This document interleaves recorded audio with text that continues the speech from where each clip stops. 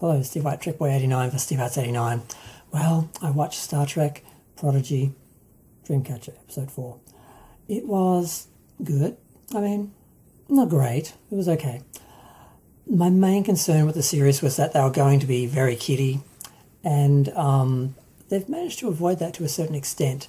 There were a couple little kiddie moments, one literal fart joke, but it was actually handled well and almost funny.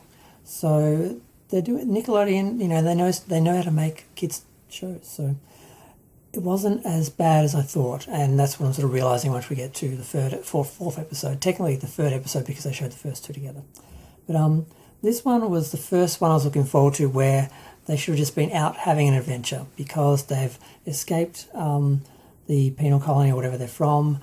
They basically, the first part of the episode, you see Janeway basically teaching them how to run the ship, how to plot a course, how to use autopilot, basically how to run the ship, and it makes it a little bit more believable that they could actually manage the ship, because in the first episode they're just pushing buttons and don't know what they're doing, and it's a bit ridiculous.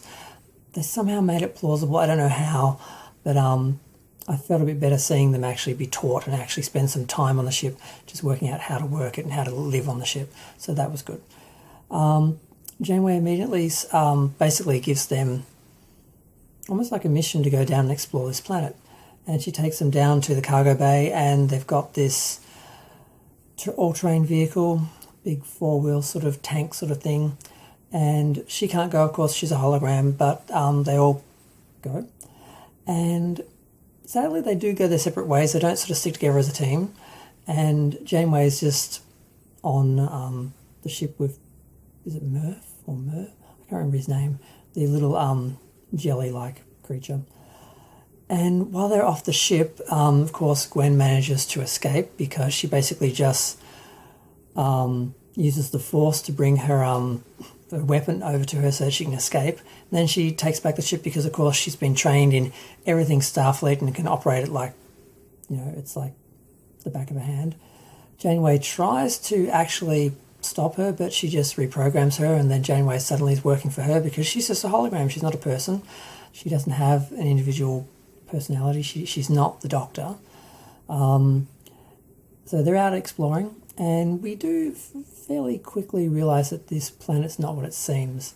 The Tellarite basically finds a stinky bog with a little cabin, which is someone's cooking his favourite food. The Medusan finds a maze, and in the centre of that they find the warp core, basically suspended in the trees. I've forgotten the name of the main guy. He basically goes to explore, and he checks out some views and actually finds his parents, but since he's never seen them, he only sees the back of them. And that's obviously when he realises that, and Janeway appears, and he realises, well, you're not Janeway because you can't be here. And there's some sort of vine creature on the planet, some species made out of vines that are using their spores to fool everyone into thinking they're seeing things they're not seeing. So basically, all the characters are basically just being eaten up by vines while they're imagining playing with fluffy little animals or seeing their parents or whatever. Eventually, he works this out. He escapes, he rounds them all up, they get back to the ship. She's tried to escape. Gwen's tried to take the ship and leave them there because she's that cold. But the ship actually can't take off because the vines have basically grabbed it. And it's some fairly cool scenes. I mean, it made me think way back to like the 1960, I don't know what year, 69, Gold Key Comics, Planet, was it KG or something? Where basically it's like a world of living plants. And I always wondered what would happen if the planet landed, with the vines,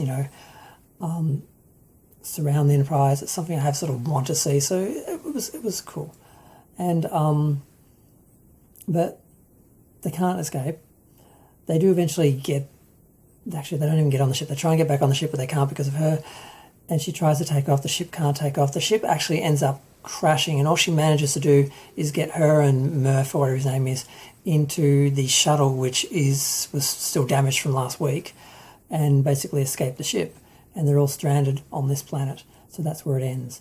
So I was kind of disappointed that they didn't have an adventure and just leave, that it wasn't a one-off, that now this is going to be maybe a two-parter, or it's going to maybe drag on and they're going to be stuck on the planet while the bad guys catch up with them. I was really hoping for them to just go on adventures, just sort of like Voyager on the way home, them sort of trying to find their way to somewhere safe, and leaving those guys in the background with them, just following them and basically finding their trail sort of along the way, and them sort of having adventures. And I'm a bit worried that it's not going to do that. It's just going to be, they're just going to be stuck on this planet. It's going to be a sort of drawn out sort of thing, because they're already up to the 4th episode. They've only got 10.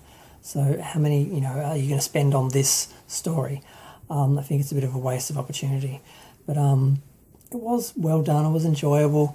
It looked beautiful. The shots of the ship being grabbed by the vines and travelling into the planet's atmosphere and everything were great. I really enjoyed watching that.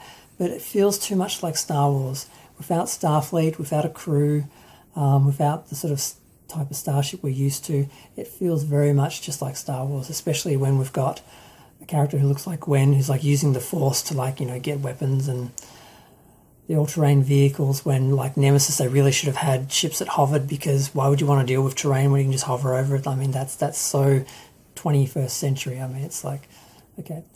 And the other thing was, we actually saw phasers and tricoders, which are supposedly the phasers and tricoders being used now. This show is only based 5 years after Voyager. And the tricoder's okay. It doesn't feel like a tricoder. It doesn't have that open up sort of unit feel about it. It's just got a flat pad feel, and it just has a little screen that pops up, and it really doesn't, it feels more like a pad. So it's disappointing.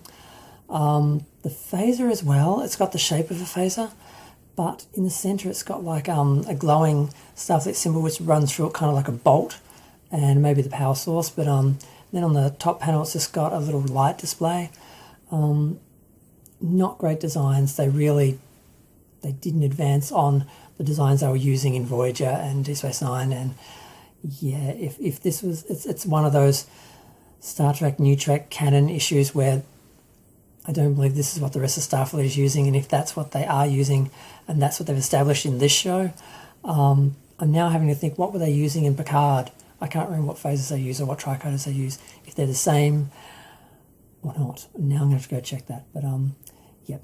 Okay, so story-wise it was okay. The characters are okay. They're not as kiddie and immature. It's not really a kiddie show, which is the main thing I was concerned about. So this is good. But yeah, storytelling, it looks like they're going to dwell too much in the long-form storytelling and not just have little adventures on the way with an overarching story. It seems like they're just going to spread the story out from episode to episode, and you really don't get any real conclusion or anything from the story. It's just one part of a chapter, and it really only works if you view it as a whole, and then that's just like one long movie and that's all you have. So I don't really like that. But I'm just going to try and focus on the visuals and the fact that the characters are okay, and get past the other issues. But we'll see what happens next week. Maybe it's just a two-parter. Maybe this is the first half. The second half will be the second episode, and then the next episode they actually do something new and something different. The planet itself is beautiful. I don't mind them exploring more of it for a bit, but I'm just afraid this is going to be like episode after episode after episode, and it's just going to blend into the next story, and we're not going to get any new planets or new adventures or anything. Because that's what I want from Star Trek. I want strange new worlds. So on that note, I'm going to go. It's good, but it still doesn't feel like Star Trek. It feels more like Star Wars. But yeah, I'm just going to leave it there. Feel free to share, like, comment, subscribe. Let me know what you think. Thanks.